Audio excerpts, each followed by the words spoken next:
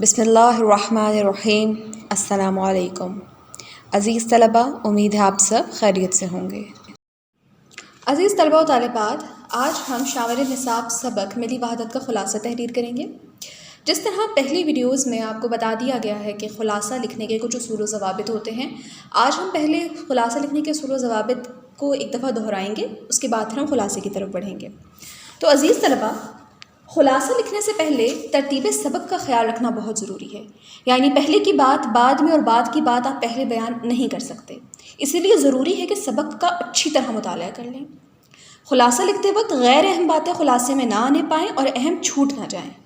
خلاصہ ایک تہائی ہونا چاہیے اور اس کو ہمیں مسلسل لکھنا چاہیے اور اس میں ضمنی سرخیاں نہ ہوں، یعنی کہ ہم ضمنی سرخیاں بنا کر سب ہیڈنگز بنا کر خلاصہ نہیں لکھ سکتے۔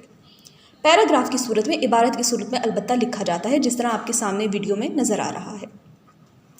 اسی کے ساتھ بیٹا خلاصہ آپ اپنے الفاظ میں لکھیں گے، مصنف کے الفاظ، اس کا انداز، ان کے مکالموں کو بعینہ ہی نہ لکھیں، کیونکہ اب سبق آپ بیان کر رہے ہیں تو الفاظ بھی آپ کے اپنے ہونے چاہیے۔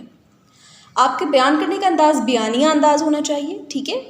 سبق کو صرف کتاب میں بیان کیا گیا سمجھ کر خلاصہ لکھیں، آپ اپنے پاس سے کسی چیز کا اضافہ نہیں کر سکتے، اپنی طرف سے حوالہ جات جیسا کہ میں نے آپ کو پہلے بتایا نہیں تحریر کر سکتے۔ خلاصے میں تشریح کا انداز اختیار نہ کریں بلکہ تمام اہم باتوں کو مختصر بیان کریں۔ خلاصہ تلخیص سے نکلے، تلخیص کا مطلب ہی ہوتا ہے مختصر کر کے بیان کرنا۔ اس کے علاوہ عبارت بنا کے لکھیں، ایک عبارت مختلف سطروں کی ہو سکتی ہے، ٹھیک ہے؟ عبارت بنا کے لکھا جاتا ہے مسلسل، یعنی یہ نہیں ہونا چاہیے کہ ایک ہی عبارت میں، ایک ہی پیراگراف میں آپ نے پورے سبق کا خلاصہ لکھ دیا، بلکہ آپ کو 2 سے 3 سے 4 عبارتیں بنانی چاہیے۔ آئیے سبق کے خلاصے کی طرف بڑھتے ہیں۔ ملی وحدت کا خلاصہ ہے، حامد کو اسکول سے واپسی پر دیر ہو گئی تو امی جان کو اس پر تشویش ہوئی، مگر ابا جان نے کہا کہ ہو سکتا ہے اسے کوئی کام پڑ گیا ہو۔ اتنے میں حامد گھر میں داخل ہوا۔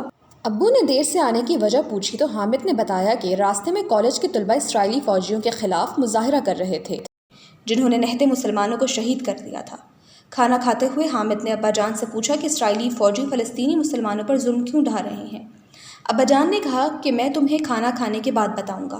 کھانا کھانے کے بعد ابا جان نے بتایا کہ مسلمان ایک اللہ، ایک رسول صلی اللہ علیہ وسلم اور ایک کتاب یعنی قرآن مجید پر یقین رکھتے ہیں، اس لیے سب مسلمان آپس میں بھائی بھائی ہیں، اس لیے ہمیں تفرقہ بازی سے بچنا چاہیے۔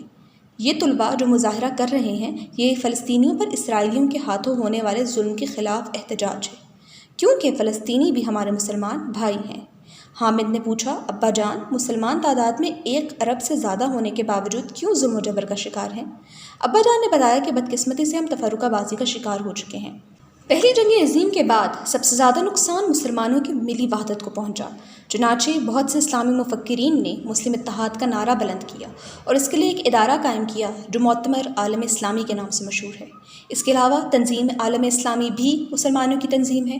ان تنظیموں کے باوجود اسلامی ممالک میں اتحاد قائم نہیں ہو سکا۔ کچھ اسلامی ممالک کے حکمران اسرائیل کے ساتھ تعلقات قائم کیے ہوئے ہیں۔ حامد نے پوچھا کہ مسلمانوں میں حقیقی اتحاد کیسے قائم ہو سکتا ہے؟ ابا جان نے کہا کہ ہمیں ایسے حکمرانوں سے جان چھڑانا ہوگی جو ملی مفاد پر ذاتی مفاد کو ترجیح دیتے ہیں، اس کے لیے ہمیں حقیقی معنوں میں مسلمان بننا پڑے گا۔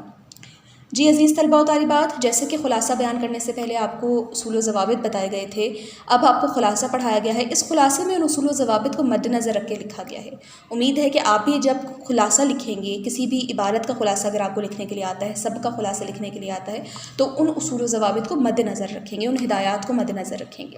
یہ تھا ہمارا آج کا خلاصہ، اس کو اچھے طریقے سے ذہن نشین کیجیے، کل سبق کی مشق کے ساتھ حاضر ہوں گے۔ اپنا بہت خیال رکھیے گا، اللہ حافظ۔